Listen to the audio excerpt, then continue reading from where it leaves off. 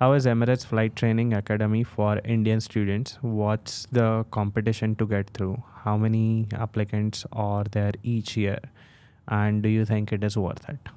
So speaking about the competition, there will be competition, but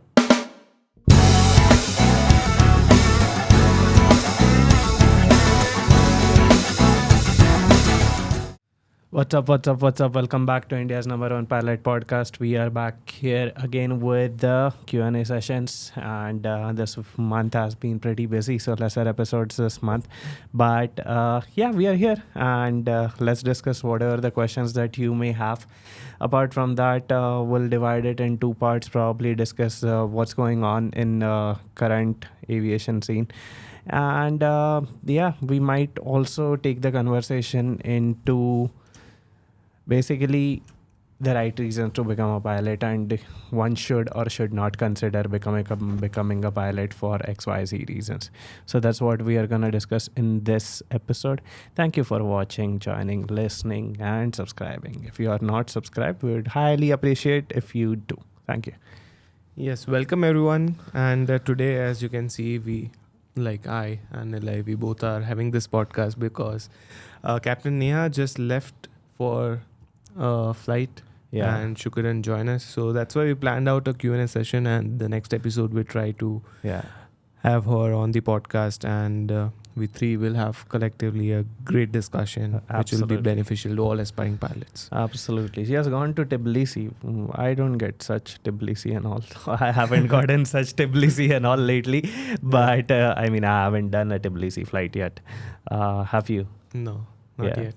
Yeah, she's the lucky one. She has gone to Tbilisi, -15, -20 degrees Celsius out there. Is it right now? Yeah, it's pretty cold. Oh, it's nice. all the winter operations, the holdover time, and all of those things. Okay. De-icing procedures and all of that. Oh, nice. That's great. Yeah.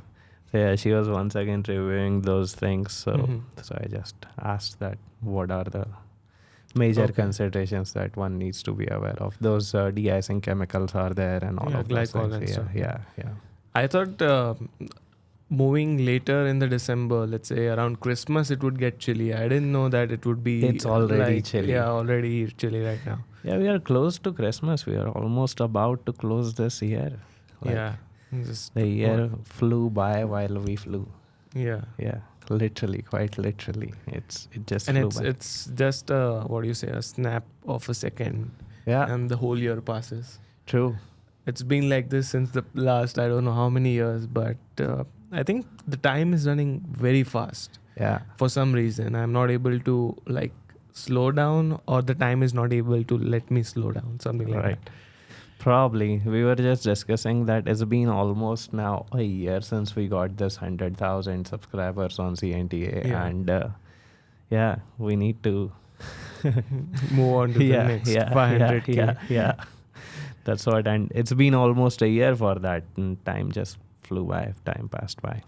Yeah, let's get into the questions. All right, the first question. Are same studies required for helicopter pilots as well as the fixed wing pilots with respect to DGCA? The initial procedure is the same, starting with the medicals, the computer number, the ground school. From the flight school, there is a change. Like whenever anyone wants to become a helicopter pilot, they opt for a CHPL, Commercial Helicopter Pilot License Program. So that is the only difference. So you join a flight school where you get trained for a helicopter, and the market is very small, I would say. Right. So if you know someone who is working in helicopter pilot, then you can connect with him or her and then take guidance accordingly, because the vacancies for helicopter pilot is not as frequent as we have for the fixed wings. Right, because there are lesser number of aircraft, right? Not as many helicopters in the industry. And primarily the induction is majority of the helicopter pilots that are there are ex-Air Force or ex-Navy.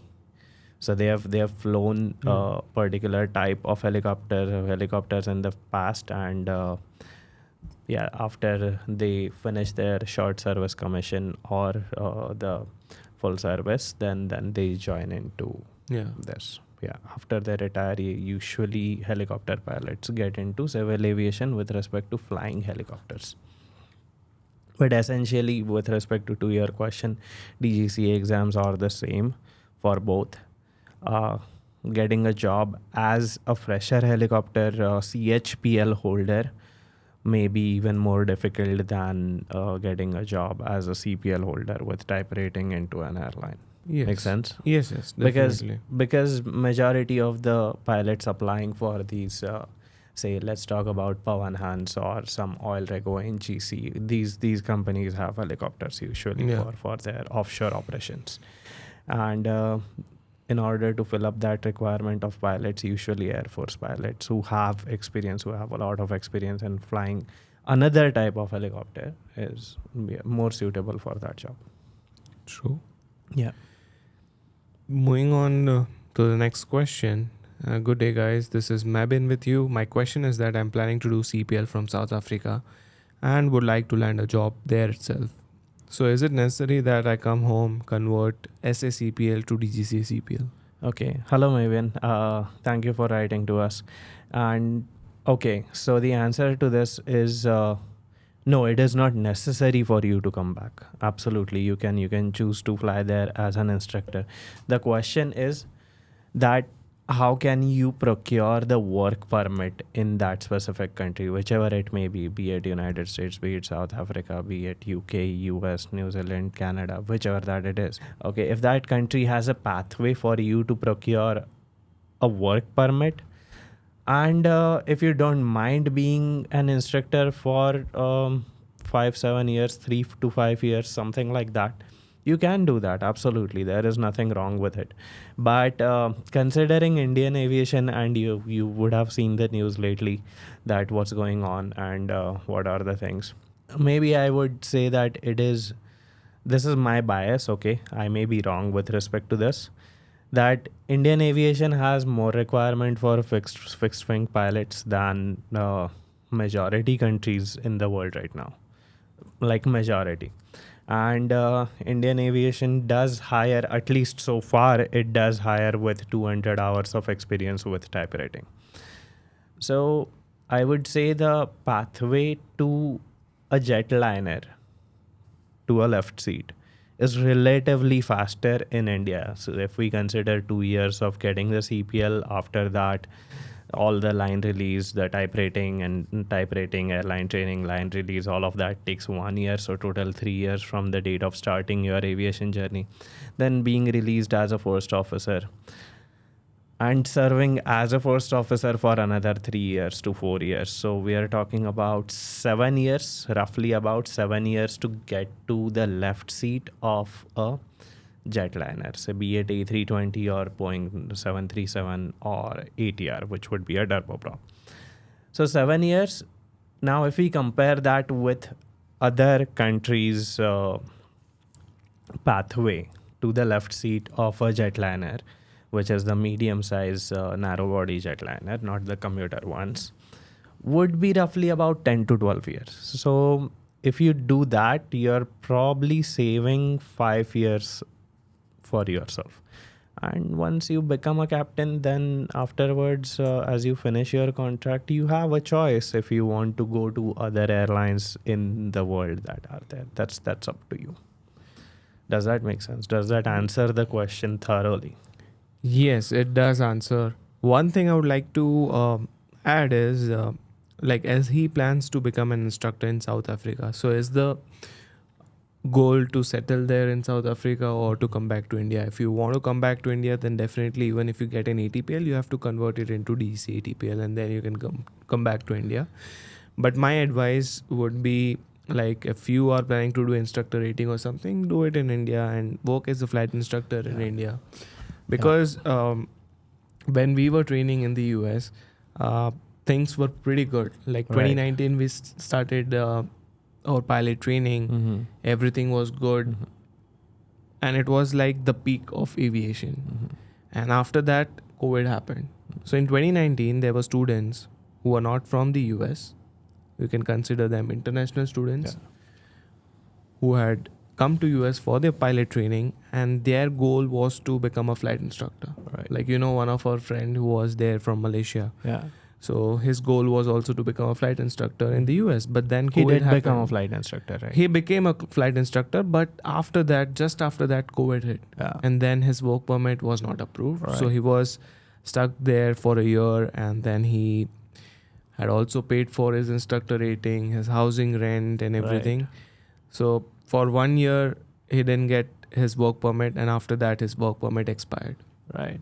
Yeah, that's... So that can happen. So to avoid all of those things, if you plan to work as a flight instructor, you can do it in India, but rest is your choice. And if you have a clear pathway that how would you get your work permit and convert that work permit into a citizenship over a period of time, and if you have a plan, go for it by all means. The point is what you are prioritizing. Are you prioritizing immigrating to another country, or you are prioritizing career as a pilot? Both at a same time may be little bit difficult, but never say never. It's a completely your individual call.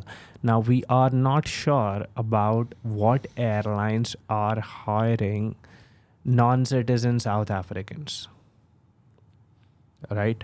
So once you get your hours and once you get your ATP in South Africa, what is next plan of action? So I would do something that would cumulatively help my career. That would be my choice. The rest is your choice, man. Good luck, whatever that you decide. We wish you well. Thank you for your question, Mebin. Thank you for writing. Yeah. All right, Jenny has commented. Hello, captains. Considering the max age limit above 35 years, I have a few questions. Could you please clarify the queries below? In India, are there maximum age limitations to be considered if student considers taking instructor pathway to get into airline as a pilot? Example, 35 years or 40 years, like that. This is the first question. So we'll go question by question. So for this, if anyone wants to go via the instructor pathway, I don't think so there's any age limit as such for flight school to become a flight instructor. But once you have an ATPL, the airline may hire up till the age of 40. Yeah. Okay. So I would say 35 would be the last age if you plan to decide that you want to start your CPL training and then do your instructor pathway, get your ATPL and then move to the airlines. 35 would be the max age that you can start your flight training, because once you start your training, let's say 2 years for your CPL, and then around 6 months you can consider for better flying. So that will also include the paperwork and everything. I'm not just talking about the flight training, because every school has a different timeline for better flying. So I'm just roughly considering it as 6 months. And then 3 years, 2 to 3 years, you gain around 1500 hours, and then you clear your ATPL exams and then apply for ATL. So if you start by 35, by around 38 to 39 you get your ATPL. Right. So see, once you have ATPL and say 2,500-3,000 hours, whether whichever aircraft it is, it doesn't matter. Usually it doesn't matter for the airlines to recruit you, and those applications are usually not like mass applications. Those applications are, you can email once you have the ATPL, you are experienced pilot, you can email the company, and any company would revert back to you that we are hiring in so and so capacity. Usually, just a heads up, instructors are taken into ATR or Q400 vacancies. Usually that's how the pathway works. And because they are experienced, the type rating is usually sponsored by the airline in that case. That is the usual pathway. Yes, and that answers the question number 2 as well, whether type rating is required to be completed if considering to take an instructor pathway after CPL. Oh, that was the next question. In a flow, I answered that, but you get the point. So type rating with CPL is different, and type rating after ATPL is a different story, because after ATPL, now the airline would be willing to probably share some cost or pay for the whole type rating by itself. After CPL, airlines in India do not pay for type rating, at least for the first job. Afterwards, if you are switching from one aircraft to another within the airline, say now Air India, you are type rated on 7.3s as a first officer, and then you switch to uh, Airbus as a captain. Now the Airbus type rating will be done, like the cost will be borne by the airline. That is what it is. What is the DGCA requirement for ATPL? So DGCA requirement basically is 1500 hours you need. So if and there are other requirements as well, like night cross country, then cross country hours and all of those things. But roughly 3000 hours as pilot flying. So out of that, let's say there is something called as the supervised takeoff and landing. So if the takeoff and landing is done by the P2, which is the first officer, so that hours are counted 100%. So let's say today I have done Mumbai to Delhi, Delhi to Mumbai. So first sector, PF was the captain. So let's say flight time is 2 hours. So 1 hour is counted towards my ATPL. Next sector, let's say Delhi from Mumbai, I am the pilot flying. So the whole 2 hours will be counted towards ATPL. So today's total flight time was 4 hours, out of which 3 hours is counted towards this 1500 hour requirement.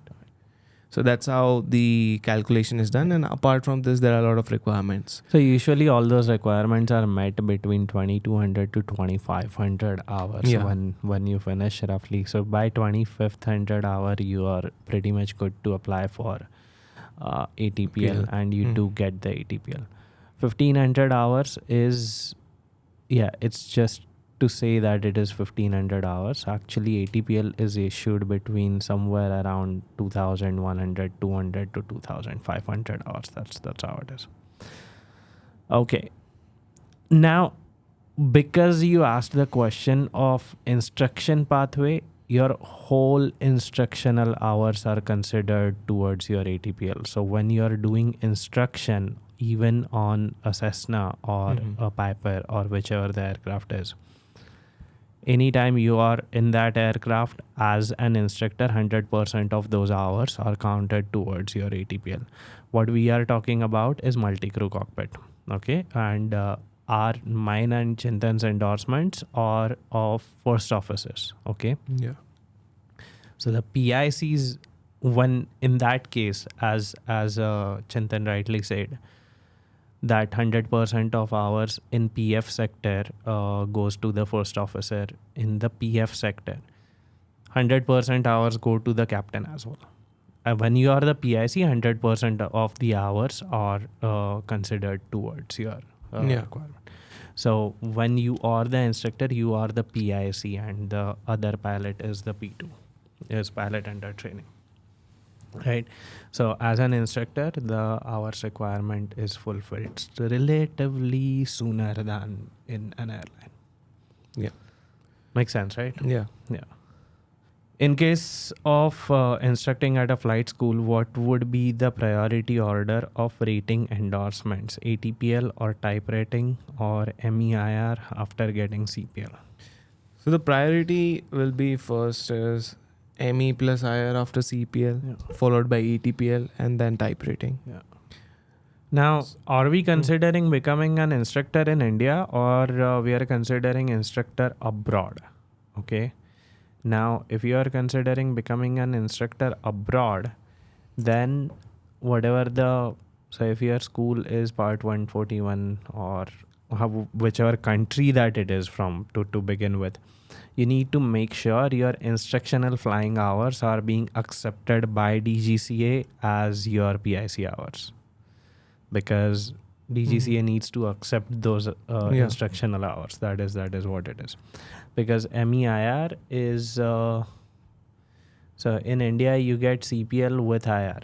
Yes. If you have given the check ride for instrument rating and done the cross country for instrument rating. and then you can do add-on multi-engine. I hope that answers your questions, Jenny, and thank you for writing to us. Yash Rasa says, "Hi guys, can you please tell what are the grooming policies at airlines for pilots and how strict they are? Example, having long hair, having beard, tattoos, etc." So grooming policies varies from airline to airline, and airlines are pretty much very strict about their grooming policies. Speaking about long hair, we are in a professional environment, so no airline would like their pilots to have long hair or a ponytail or something like that. And then having beard. So earlier, when we used to have an oxygen mask, Yeah. okay, if let's say I have a long beard, it will be difficult for the mask to stick to my face. So that was the reason pilots were always clean shaved because of the oxygen mask. But now we have a quick donic mask Yeah. which sticks to our face. So we are allowed to have a small beard, but not long. Yeah. And it varies from airline to airline. Tattoo policy also varies from airline to airline. Some airlines allow, in case you have a tattoo, let's say from on your forearm or something, you should wear a full sleeve shirt, something like that. Yeah. And some airline do not allow tattoos. So it varies from airline to airline, but whatever the airline policy, they follow it strictly. There's no leeway given to that. Yeah. Absolutely. Now, when you are going for the selection of a cadet pilot program or anything like that, be as well groomed as you can be. A perfect haircut, a complete clean shave, a suit and tie, and formal shoes, subtle color suit and tie, and all of those things. Why? Because you are going there in order to present best of yourself, right? So in the selection rounds, no beard, no nothing. Once you get into an airline, every airline has, like Chintan said, there is a policy. Yeah, as long as you follow that policy and adhere to it strictly, you're good.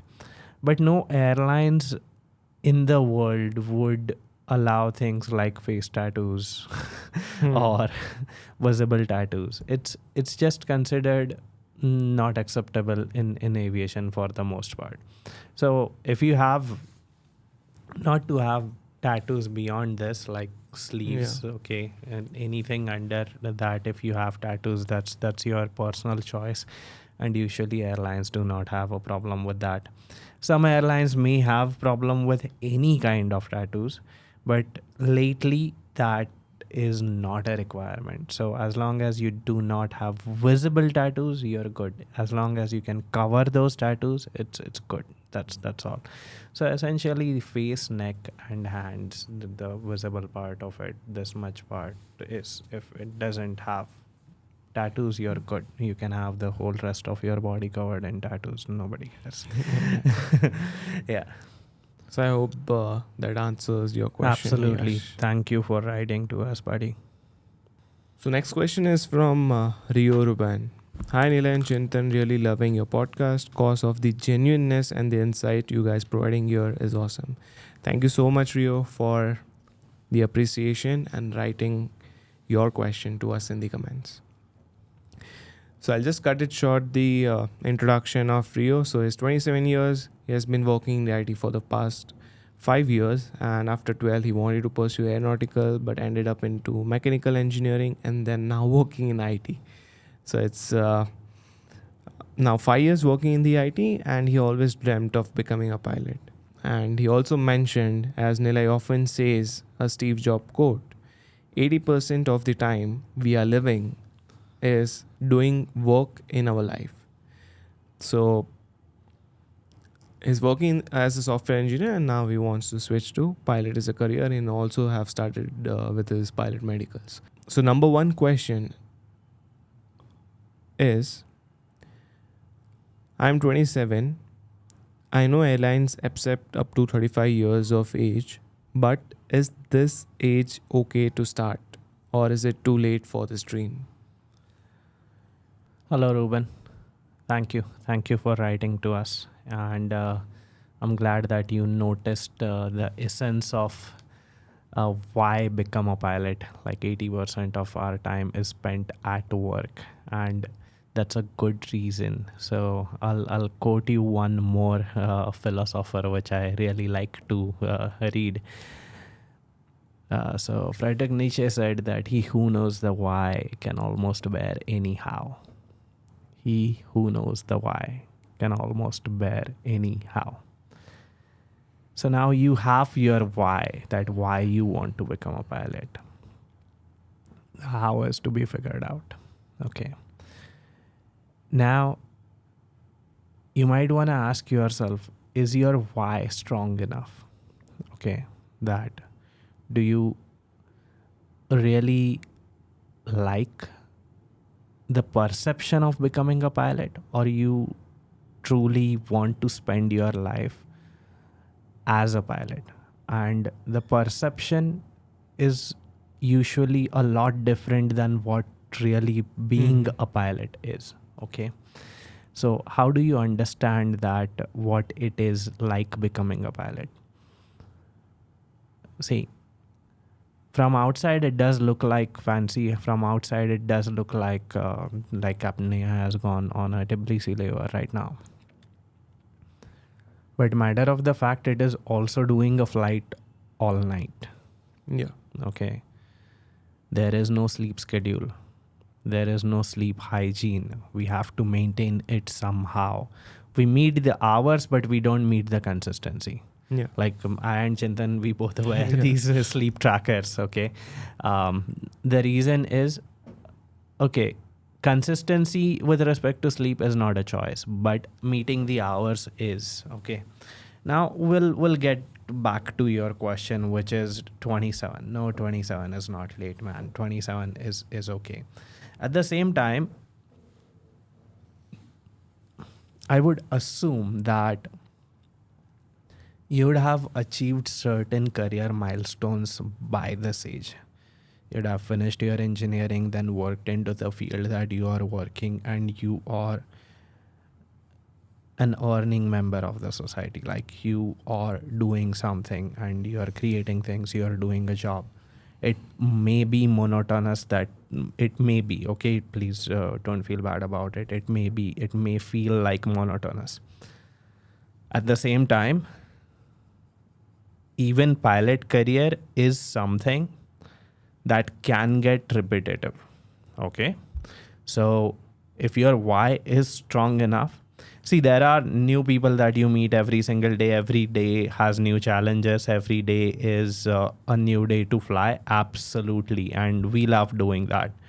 At the same time, it is also a corporate job. You have to work within the limits of the company. You have to show up on time. You have to do everything professionally. You have to groom yourself professionally. You have to be presentable every single day. You have to be on top of your game, whether you feel like it or you don't feel like it. That is the requirement by this profession. Does that make sense? Yes. Right. So let's consider if you start now. Like we would like to address the point with respect to finances. At least 7 to 8 years starting from now would be a net zero with respect to finances. Okay. Yes. You would end up borrowing certain amount of money, and next 7 to 8 years would go into repaying those whatever that you have borrowed. Okay. After that is a net positive. Okay. And if you are starting now, if you have been working until now, what I would personally recommend you is go for any airlines domestic cadet pilot pathway. Because makes sense? Yes, it makes sense. And number two is number two is related to finance. Okay. So let's get to the number 2 questions. माफ करना मैं यहाँ वहाँ चले गया. No. Yeah. So you are going right. Yeah. So like before recommending him the cadet, so he has given us some clue about his financial Right. situation. Right. And so he has mentioned financially not backed by the family, need to get a job for sure before loan starts. If there's no vacancy in the airline, can I consider the option of doing instructor type rating and work as an instructor for some time so that I can gain hours and repay my loan? Yes, you can. One can do Yes. that. Why not? So this would Absolutely. be the best way for him to become a pilot, because see, when you go for the cadet pilot program, let's say in India it costs around one CR Yeah. plus or minus 10 Yeah. lakh rupees. Yeah. Okay. So the interest on 1 crore is a lot more than an interest on 50-60 lakh Yeah. rupees. Yeah. Okay. So if you get a CPL, let's say from India, it would be roughly around 55 to 60 lakh rupees. Yeah. Peta flying can be sponsored by the flight school if you plan to work there for 2 to 3 years, Yeah. depends upon the flight school. Mhm. So if you are able to do that, then immediately once you become a flight instructor, you start earning money. Absolutely. And that won't be enough to pay the EMI and the cost of the family, but it is manageable. Yeah. Yeah. So That's yeah. true. That Yeah. is another Instructor- way of doing it. Absolutely, you can consider to become an instructor. So only two pathways essentially. One would be domestic cadet pilot pathway in airline, and second would be the instructor pathway. These two choices you do have. At the same time, at each phase of these, when you become an instructor, eventually in that line you become proficient.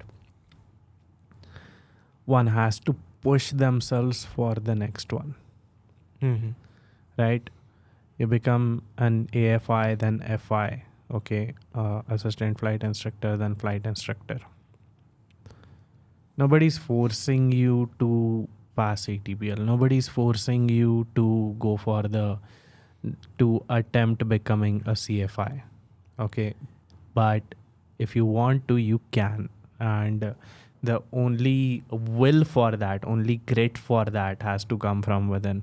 And when you do that, eventually, yes, you can apply for the airlines. You will have to study for the same. But with respect to aviation experience that you would have gathered by that time, it should not be that difficult to get a job. Another pathway, pretty straightforward. Just and get yourself into a cadet pilot program, prepare for it in order to be selected. It's not like like an easy thing, but yes, for sure you can do it with your work experience and whatever that you have mentioned. It is possible, and we are pretty sure that you can crack it. Even that is a pathway that in 7 to 8 years, yeah, you'll have paid off your loans, and after that, you're living the life as an airline pilot, and then you will know that whether it was the right choice or not. Okay, so and we hope that it will be you'll find it to be the right choice for yourself by that time. Okay, does that make sense? Yes, and this is like we can't actually live a pilot's life and then decide whether we want to become a pilot. Yeah.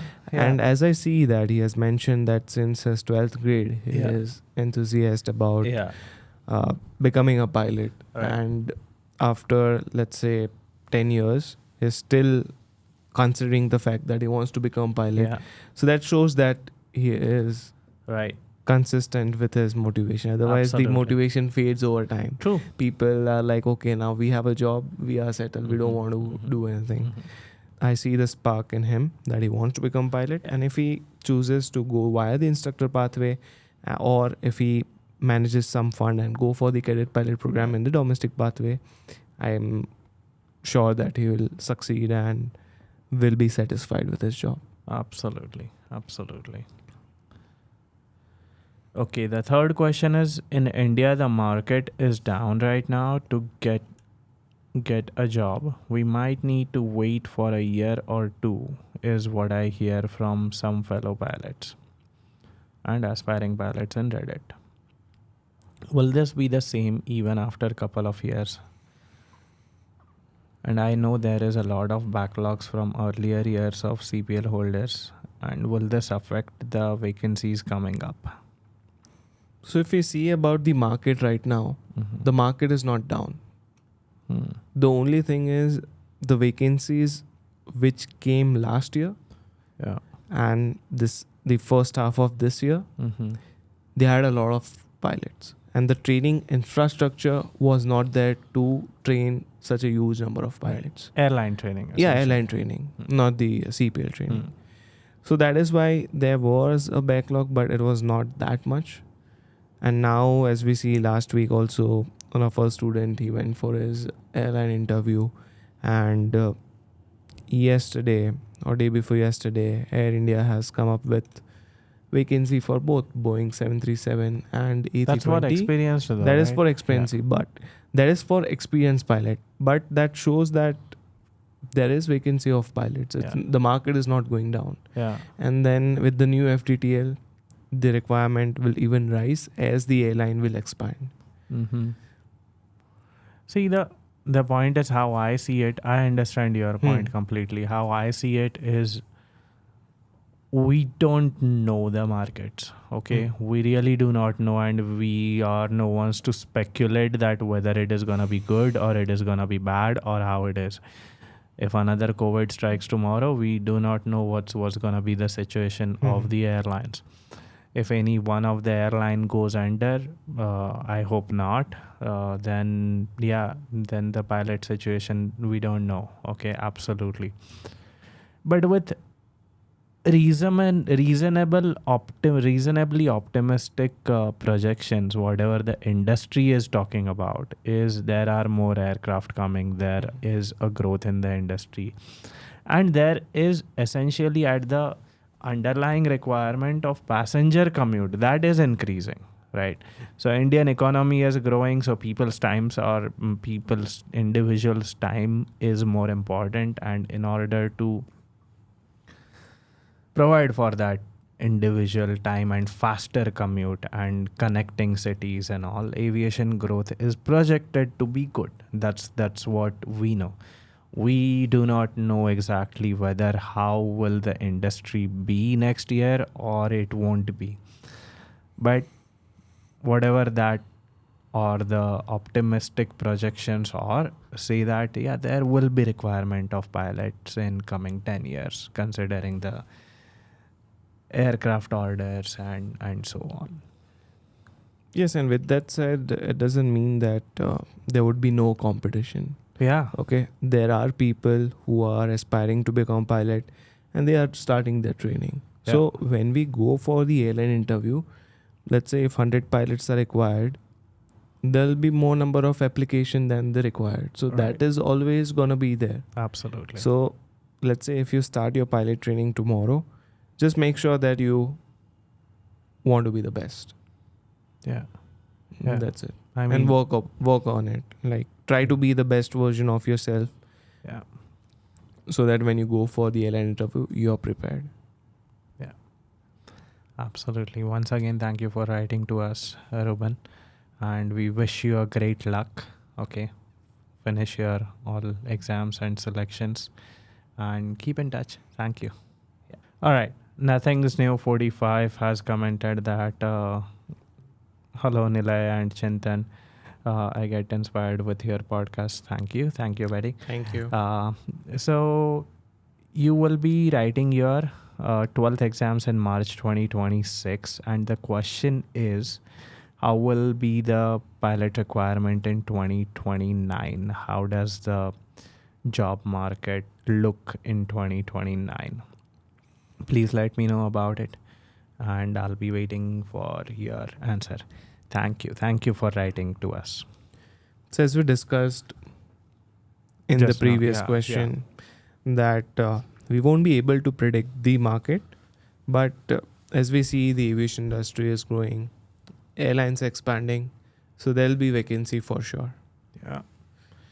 So we have to have faith in the humanity, to be honest. That's what I can tell.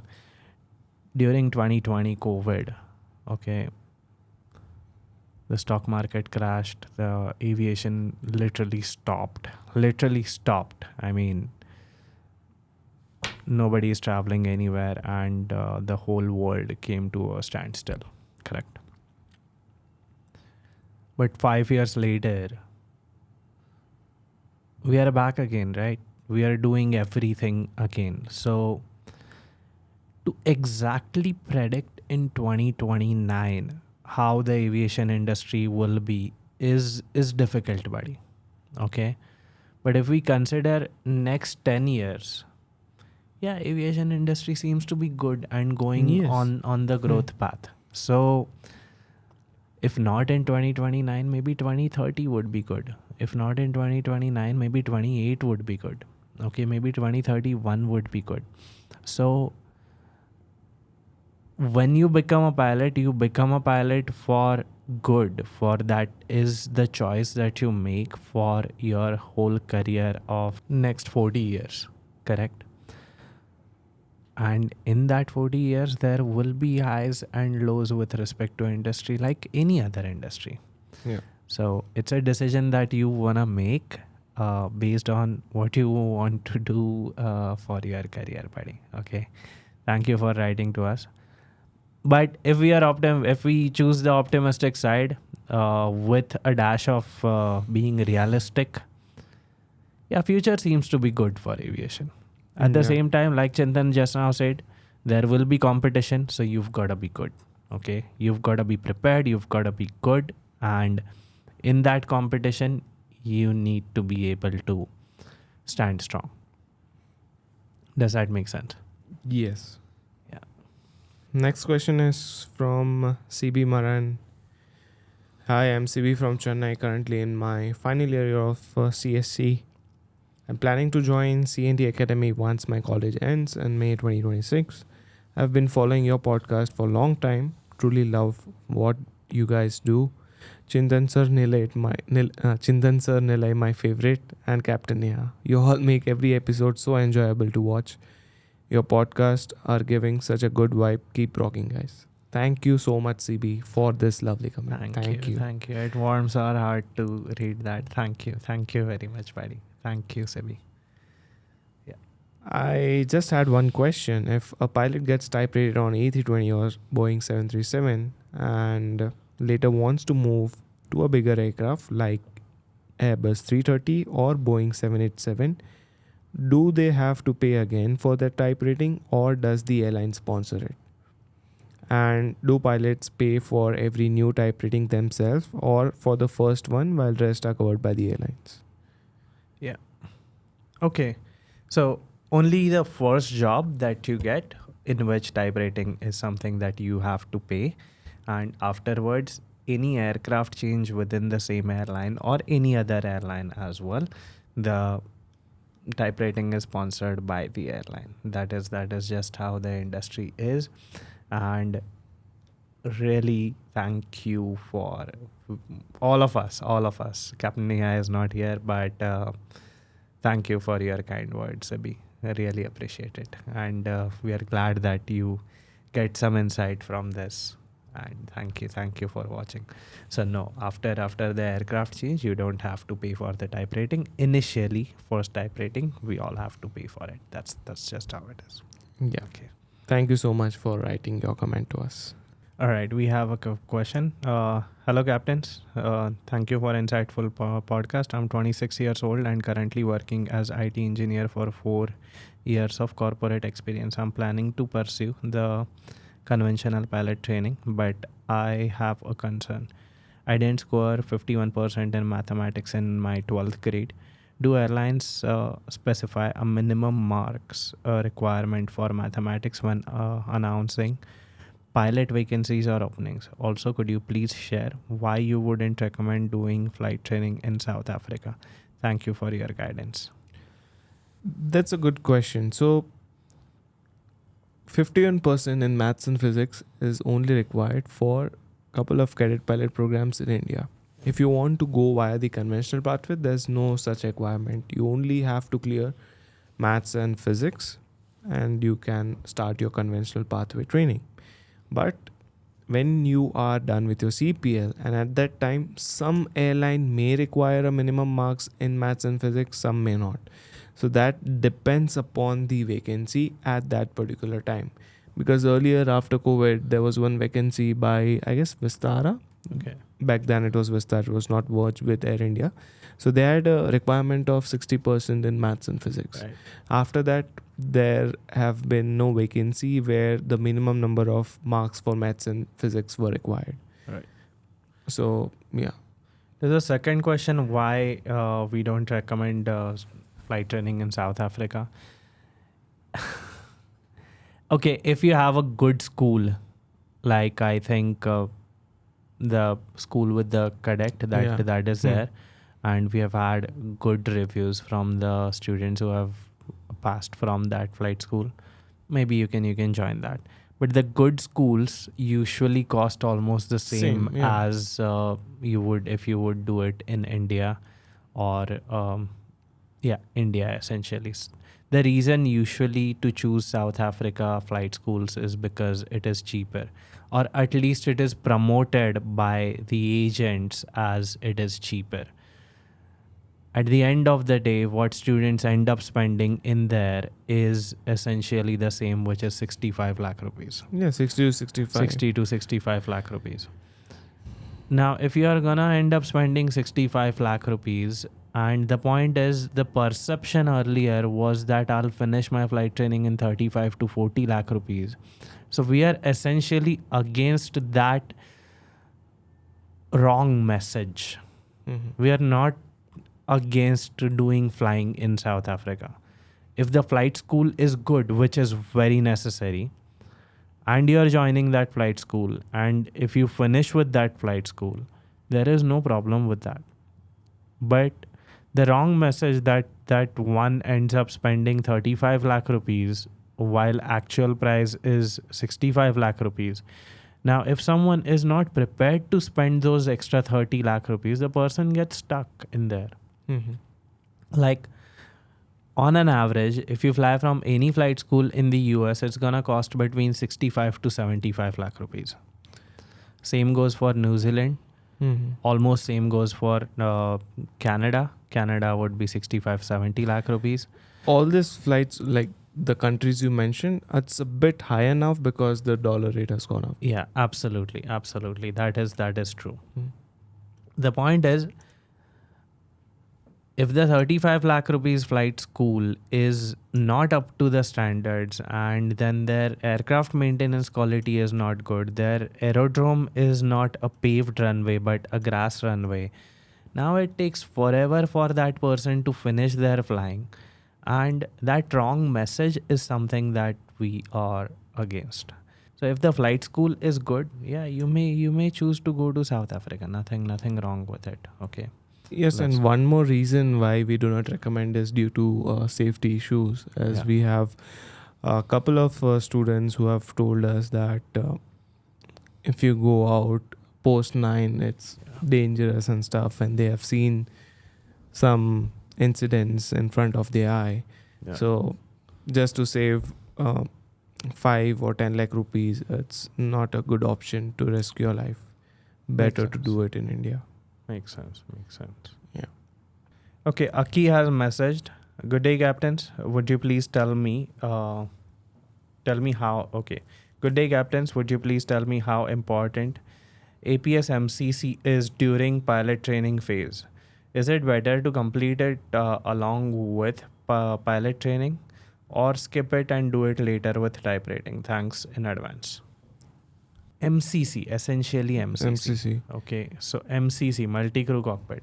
Now, multi-crew cockpit and multi-engine are two different things. Multi-crew cockpit is something that you can do during type rating, like we did. Yes, multi-crew is you will have one session for the MCC GOT version, and it's done. It's not required to do during your CPL. During your type rating, it is taken care by.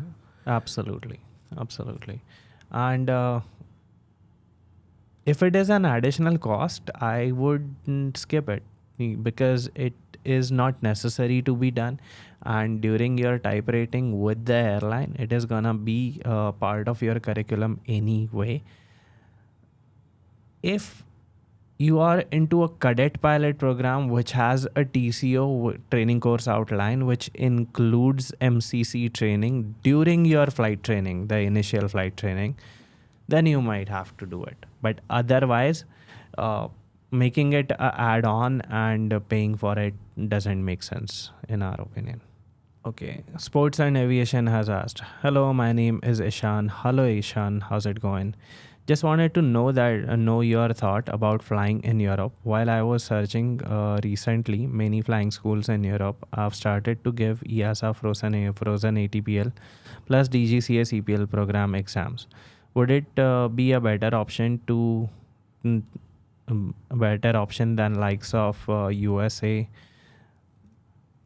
as EASA gives frozen ATPL? Thank you." So what I would think is, firstly, Europe will have the EASA syllabus to get the EASA CPL, and then there is syllabus for DGCA, which kind of don't go hand in hand. Yeah, So there'll be- theoretically yeah. it does go, but practically the Flying flight hours, training yeah. requirements are vastly different between the EASA and And, DGCA. Yeah. And when we speak about the frozen ATPL program, so you will be just clearing your ATPL paper and you'll getting a frozen ATPL. But then what about the hours? So you have to build your hours. And let's say if someone is not a European citizen, then there's no option to work there as a pilot and build hours. So once you come back to India and let's say complete those hours and then apply for ATL, it's the same thing. So there's no point of getting a frozen EASA ATPL. I mean, the package and everything, the marketing, everything will be top notch by the flying schools. Right. But you have to dig down into the rules and regulations. What is required by DGCA? What is required by EASA? And how is a frozen ATPL going to help you?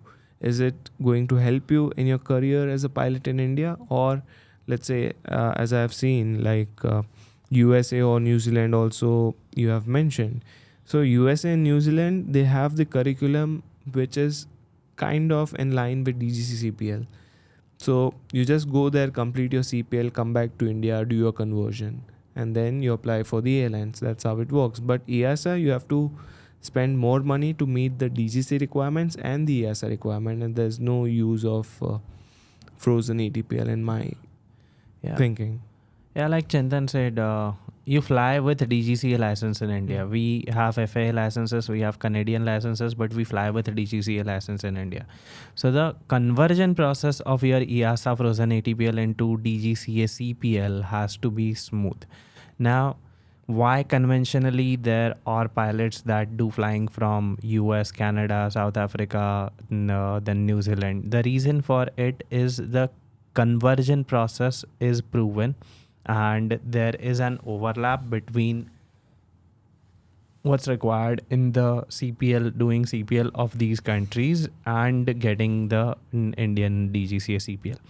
At the bottom of it, essential primary requirements for DGCA CPL. See, check these requirements on the website, but we'll just give you a rough idea about it.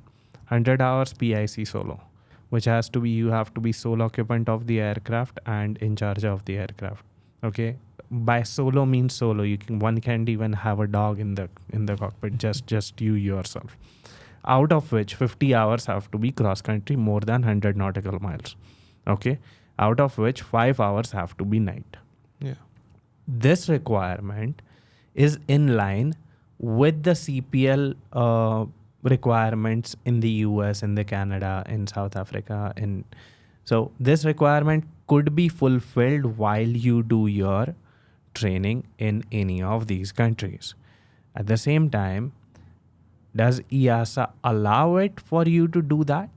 And if the answer is yes, then maybe you can consider doing that. At the same time, DGCA has to recognize the flight school that you have done it from, because there is a correspondence between the flight school and DGCA when you submit for issuance of your CPL, conversion of your CPL, right? So if those answers are checked, if that checklist is complete, then you can consider doing it. But what's the incentive on it? You'll have to figure out many things for the first time, to be honest, if you're doing it. Because many people have converted their licenses from XYZ countries, but not many have done it from the EASA to Indian. So, all right, Vinith has asked, is there an option to get our type rating and line training fees deducted from salary after CPL? I wish there was an option like this, but unfortunately, no airline have that option now.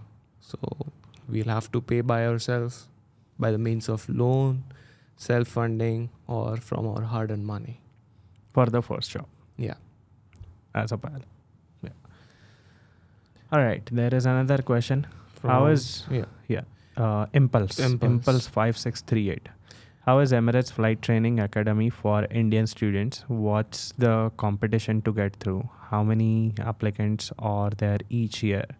And do you think it is worth it? So speaking about the competition, there will be competition, but never be afraid of your competition, because you can always outwork your competition. Competition gone. Second, there'll be many applicants each year. We don't know the stats, but I'm pretty sure there'll be a lot of applications, and the selection process will also be tough. Number third, do you think it is worth it? It will be worth it only if you are a UAE national. If you have Indian citizenship or any other citizenship, you can go for the cadet pilot program of that particular country's airline. Yeah, absolutely. Because from what I have heard, they are charging around 1.8 to 2 CR for the cadet pilot program. And that money I can do CPL twice with type rating. Yeah. True. So there's no point to spend so much money on the cadet pilot program. Instead sponsor a friend, right? Instead Instead, sponsor a friend. I mean, you and your friend both can do a CPL. CPL. Yeah, and because Emirates has wide body aircraft only, they do not have narrow body aircraft. Emirates is hesitant on recruiting fresh first officers directly on the wide bodies. I'm not saying that they do not. They do. But the percentage of it is very small. And if someone doesn't cut the requirement and does not get the job after the cadet pilot program, because that cadet pilot program doesn't essentially offer a potential job offer, so it doesn't give a letter of intent upon signing. So if someone does not get that job, then that person will have to convert their GCC CPL, right? GCCA, something like that. Yeah. Okay, into Indian CPL, and that conversion again, you'll have to do the solo hours, 100 hours in India, and that becomes from 2 crore to 2.5 crores program. So instead, I would consider the cadet pilot program in India rather than doing that. Yeah. It depends. That's what I said earlier. It depends on the nationality or which citizenship you hold. Yeah. But with the CPL that you get after your Emirates cadet pilot program, one can apply for the local airlines in the Middle East, such as Air Arabia or XYZ. Now, they themselves have their own cadet pilot program, so it's a completely different landscape to figure out, which I and Chintan, we do not have in detail knowledge about, to be honest. Okay. At the same time, majority of the airlines in Middle East recruit experienced pilots because, see, they pay very good salaries, first of all. And because they pay very good salaries, they want the best pilots. They want the experienced pilots. They want the ready to fly pilots. Now, pilots that go from India to the Middle East, they have like 3,000 hours, 5,000 hours, 10,000 hours. These pilots are applying to these airlines.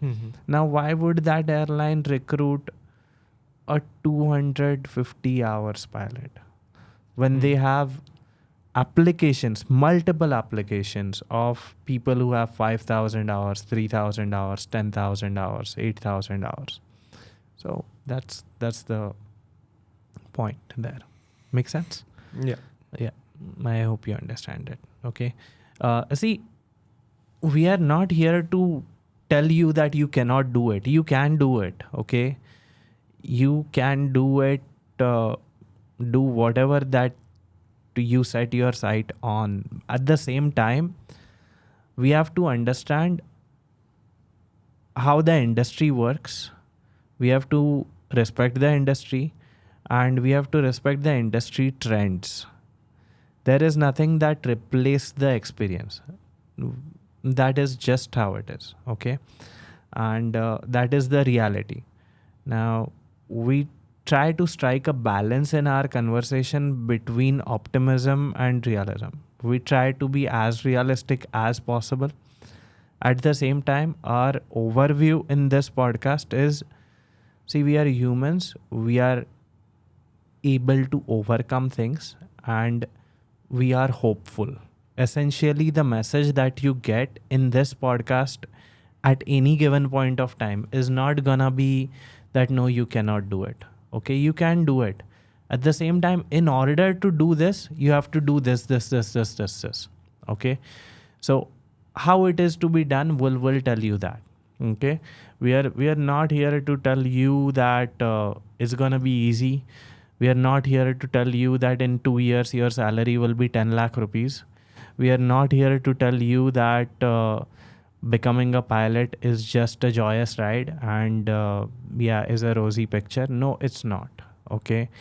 At the same time, we do it. We do it every single day and we enjoy it. And that's why we are doing it. Yeah.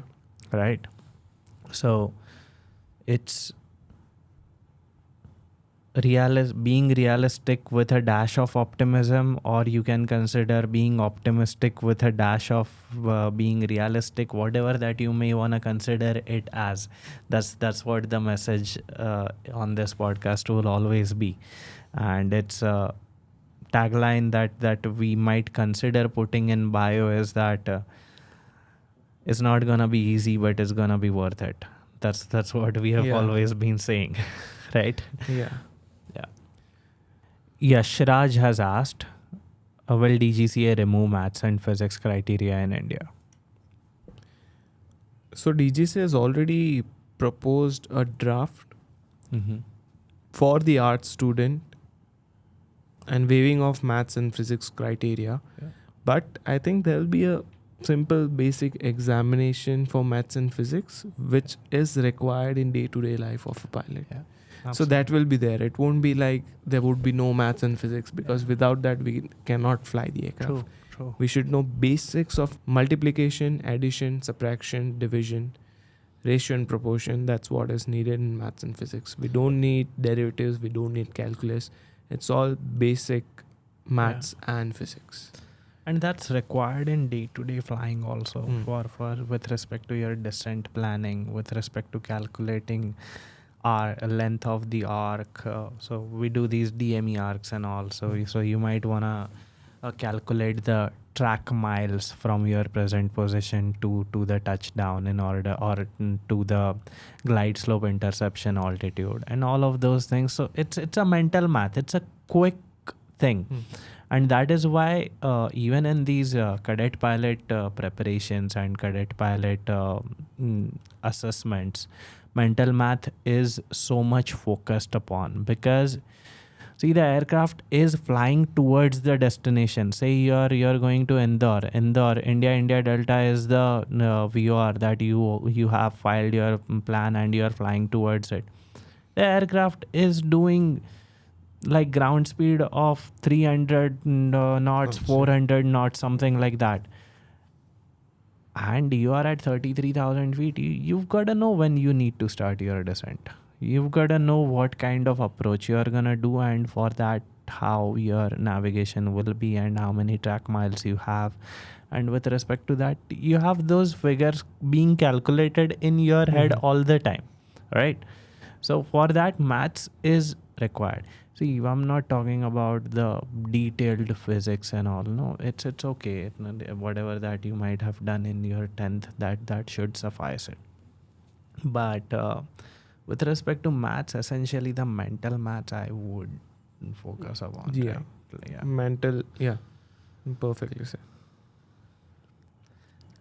All right. Moving on to the last question. Yeah. From Yash Russell. Hi, I'm Yash. Can you please tell me about CNTAA and all the details of it, such as training modules, course duration, teaching methods, study environment, teachers, class timing, and whatever more you would like to add to the list?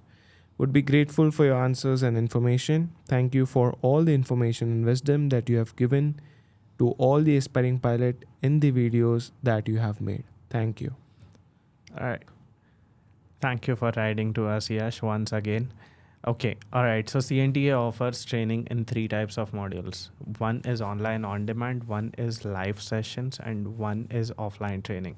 Our offline training center is in Vadala, Mumbai, where Captain Pankaj takes care of the training, and you have access to Capt.Neha for your training. When you enroll for the offline sessions, you have to show up at the training center with maximum possible attendance. More than 95% is the minimum required. Okay. And apart from that, live sessions are taken by Captain Pankaj. Okay. And that you have to show up on your system at the time the live session is scheduled at. Usually the class timings are at 9 a.m. starting from 9 a.m. until 5 p.m. And there are, first is the navigation, then there is meteorology and air regulations alternate days, and then there is technical general. That is how the day progresses at CNTAA. Online on demand is if you are a working professional, then you can go for online on demand, where you can study at your pace according to your suitable timings. It can be at night, it can be at day. You can access the training modules at any time of the day. This whole training is done by Capt.Neha. Okay. You will have the contact number of Capt.Neha. You can ask your questions directly to Capt.Neha, and we have a student support team who will be happy to help you with your questions as well. That is what it is. Okay.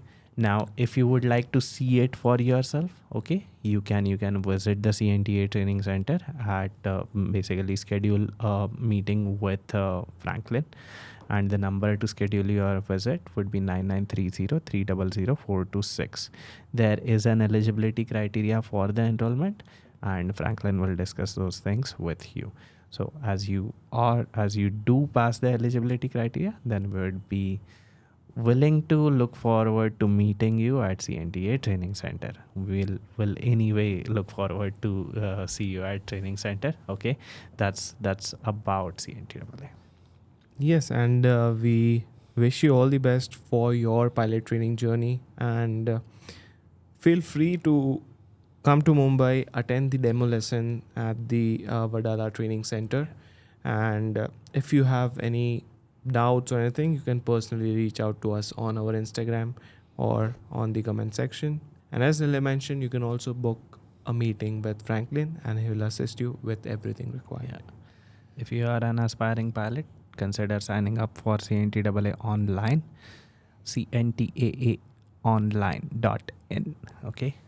If you have any further questions and speak with one of the CNTA representatives, you can call on 9930-300-426. 9930-300-426. Franklin will be there on the call, and he'll be willing to solve any of your queries that you may have. If you are willing to enroll for CNTAA, as long as you pass the eligibility criteria for CNTA, we'd be looking forward to have you at CNTA.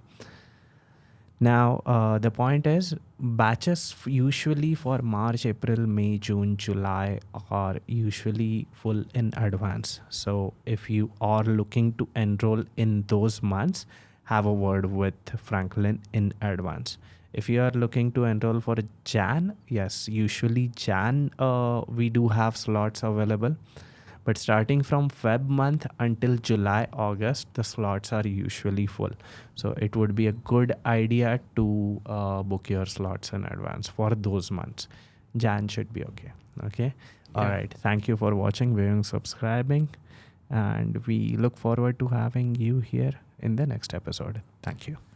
Thank you so much for watching this podcast, and we'll see you in the next one. Bye bye.